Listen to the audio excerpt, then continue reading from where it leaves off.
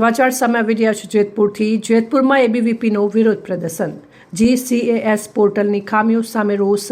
જેતપુરમાં ABVP દ્વારા મામલતદારને આવેદનપત્ર અપાયું। એબીવીપી દ્વારા ગુજરાત કોમન એડમિશન GCAS પોર્ટલમાં વારંવાર સર્જાતી ખામીઓ અને નિષ્ફળ કામગીરી સામે રોષ। એબીવીપીના આક્ષેપ GCAS પોર્ટલ દ્વારા ચાલતી પ્રવેશ પ્રક્રિયામાં અનેક ગેરવ્યવસ્થા સામે આવી છે। લાખો વિદ્યાર્થીઓના ભવિષ્ય ઉપર અસર પડી છે। પોર્ટલમાં ખામીઓને કારણે વિદ્યાર્થીઓને મોંઘી ફી ચૂકવવી, ખાનગી સંસ્થામાં પ્રવેશ લેવો પડે છે। રજિસ્ટ્રેશનના 300 રૂપિયા ઉઘરાવાય છે, તે બંધ કરવામાં આવે। તાત્કાલિક GCAS પોર્ટલમાં ખાનગી યુનિવર્સિટી સામે માંગ કરાઈ। નમસ્તે, દર્શન બુઆ, અખિલ ભારતીય વિદ્યાર્થી પરિષદ રાજકોટ જિલ્લા સચિવ તરીકેની જવાબદારી।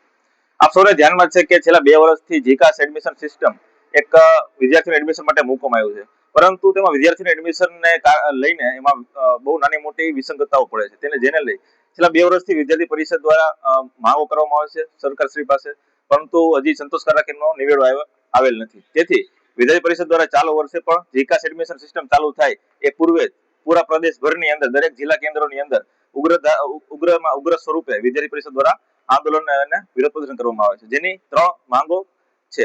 પહેલી માંગ છે કે પ્રાઇવેટ યુનિવર્સિટીઓ જે છે, જે જીકાસની અંદર કોઈ પણ એનો સમાવેશ કરવામાં આવતો નથી, તો વિદ્યાર્થી પરિષદની માંગ છે કે દરેક પ્રાઇવેટ યુનિવર્સિટીઓને જીકાસની અંદર સમાવેશ કરવામાં આવે। ખાલી એના એડમિશન માટે નહીં, પણ પરંતુ પૂરેપૂરી પ્રક્રિયા દરમિયાન પ્રાઇવેટ યુનિવર્સિટીઓ આ જીકાસની અંદર સમાવેશ કરવામાં આવે। સાથે 300 ફી વિદ્યાર્થી પાસે ઉઘરાવવામાં આવે છે। જો કાંઈ 300 રૂપિયા જે ફી છે એ નાબૂદ કરવામાં આવે અથવા તો 300 રૂપિયા ફીમાં ઘટાડો કરવામાં આવે, તો આ માંગ સાથે વિદ્યાર્થી પરિષદ અત્યારે લડત કરી રહી છે પૂરા પ્રદેશભરની અંદર। અને અમને એવો ખાસ એવો આગ્રહ છે કે સરકારશ્રી પણ આને ગંભીરતાથી નોંધ લઈ અને વહેલામાં વહેલી તકે આનો નિવેડો આવશે। આભાર। રિપોર્ટર નયન રાવરાણી, સંબંધ ભારત ન્યૂઝ, ધોરાજી।